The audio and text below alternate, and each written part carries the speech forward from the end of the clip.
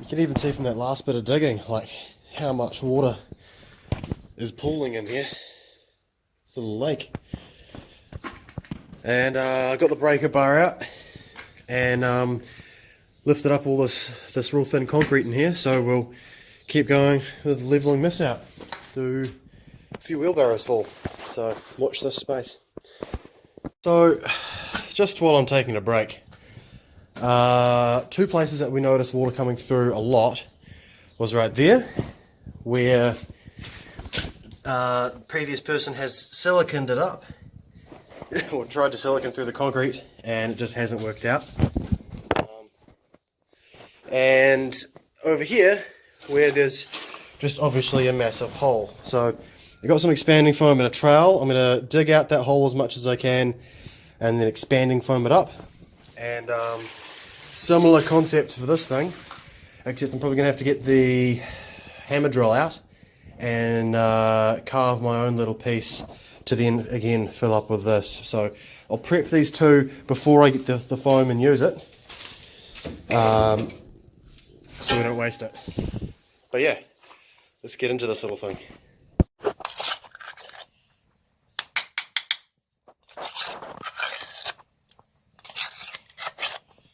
I'm also just trying to slowly, as I see it, pick out glass from here, so that when I dump it, which I'm just for now putting it out on that front property, if someone goes through it, they don't get a cut in their foot. So I'm getting a glass bucket or a sharps bucket together. Anyway, so the video I watched about how to do this basically said if you've got cracks in your stonework or your foundations or your mortar, yeah, expanding foam is the way to go, not silicon. Silicon's fine for patching up something, but if you need the substance to literally fill the gap and then push through to any other part of the gap, that's what you're supposed to do there. So you're supposed to chisel it out, create like a little V notch, because obviously this crack has formed from when the whole place is just sort of, the land has moved underneath it, and that's fine. That's what happens. So, but we want to make sure that that gap is closed as much as we can. So that's what we're up to. This could get loud.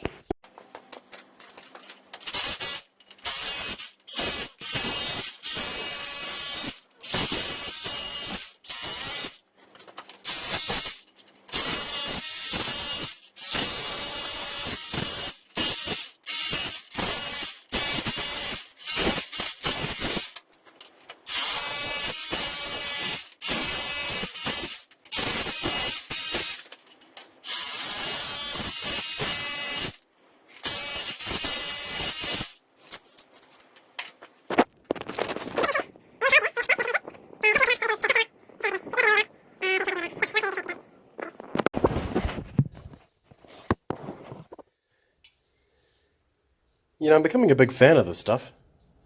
It's really good, but gets a little sticky.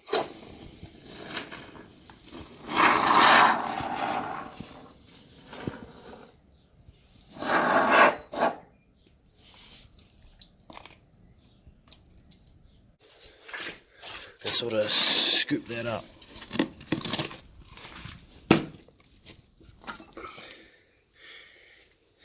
This will work.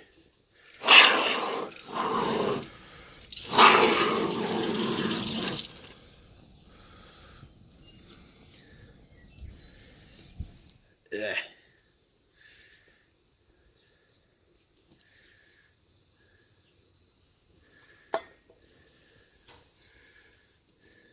Yeah, that'll work.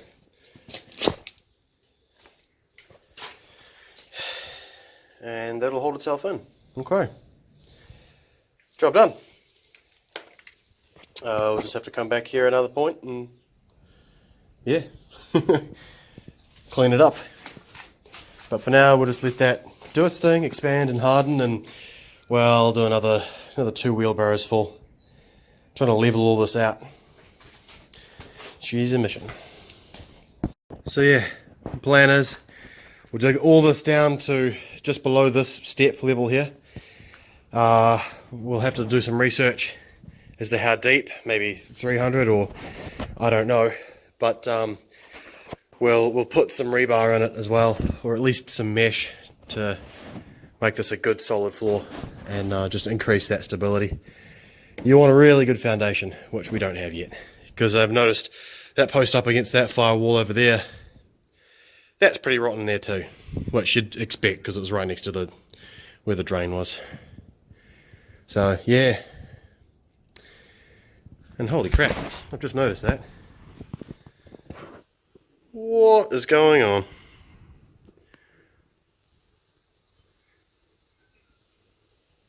Oh, fuck's sake. Even that post behind it's just, oh, that's because it's fucked. Alright. Yeah, we'll get there. Just so you know, because I know none of you can smell, but this water in here that's like stagnant and been trapped by all this clay fucking reeks. Home renovation is not a glamorous job, but hopefully it'll pay off, even just by having a nicer place. This room will probably be my workshop. That's the goal. She's hard work. Clay sticks to the shovel like nothing else. And it just continues to not look like you've made much progress. Sort of scratch the surface. But that's alright. Definitely hard work. So I'll just keep working at this. Might get some footage of it, might not, but it's definitely going to be every few days that we've got some energy, especially now that the show, I've just directed my first show, Instinct, alongside another one directed by a friend of mine, Stephen, called Bulking James Bond. Emma's been the lead actress in Bulking James Bond, so that's being shown at the Union this week. So this is where we are. We're in the first week of December, and I'll just keep plugging away at this and keep chipping away at this. Let me know if you want to see some videos or some pictures of the wee man in here as well. I'm not too sure whether or not that's a thing you guys want to see. I don't know why he's watching me, to be honest, but that's all good. So yeah, we'll just keep chipping away, and we'll eventually get it done, get it down to the point where we can do some real concreting, and that'll be fun. Another thing we've got coming up is we've got a really good thing going with the insulation. There's a government grant that we have applied for and are apparently able to get the whole roof completely insulated, and even the room that we've already done, and then all of the underfloor to be insulated as well. Potentially we get this wall here insulated as part of it. We need to buy a scaffold though, or at least be able to hire one, like a 5-meter scaffold, for the guys that come under here, because this is apparently, I think he said it's 3.4 meters to the ceiling there. So before he comes around and finishes off his quote, we need to have a scaffold available for him. And then if we rip all of this ceiling out, so this is probably a pretty immediate task as well. When we rip all of this out, we get this underfloor insulated as well, and all of that is for free.